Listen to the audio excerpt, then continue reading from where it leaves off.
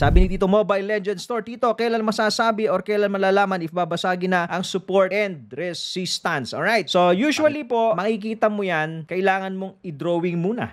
Of course, you have to identify the support and resistance area. And you also have to draw a trend line. So, para makita mo, kung gusto mong basagin yung resistance, kailangan yung trend mo, okay, is paakyat. Huli ba? Kailangan yung trend na idodrawing mo is paakyat. At makikita mo yung respeto dun sa trend at respeto dun sa resistance. Ang common po dito, for example, ito, no? Let's say, yan ha. Yung mga buyers, makikita niya, nagkaroon ng resistance dyan, okay, support, tumama ulit dun sa trend, okay, pwedeng mauntog na naman sa resistance, pataas ng pataas yung buyers. Dati nandito lang sila, bumibili, Dati nandito lang sila, bumibili. Tapos nandito na ngayon. Pwedeng sa susunod, nandito na ngayon. So, the more touches dito sa resistance area na yan, the higher the possibility na babasagin. I would say, yung third time, okay, yung pangatlong try dito sa area na yan, probably mga 60% chance. Kung pang-apat, mga 70-80% chance na basagin. Ganun po yan. That's based on price action. Follow for more Tito Moves!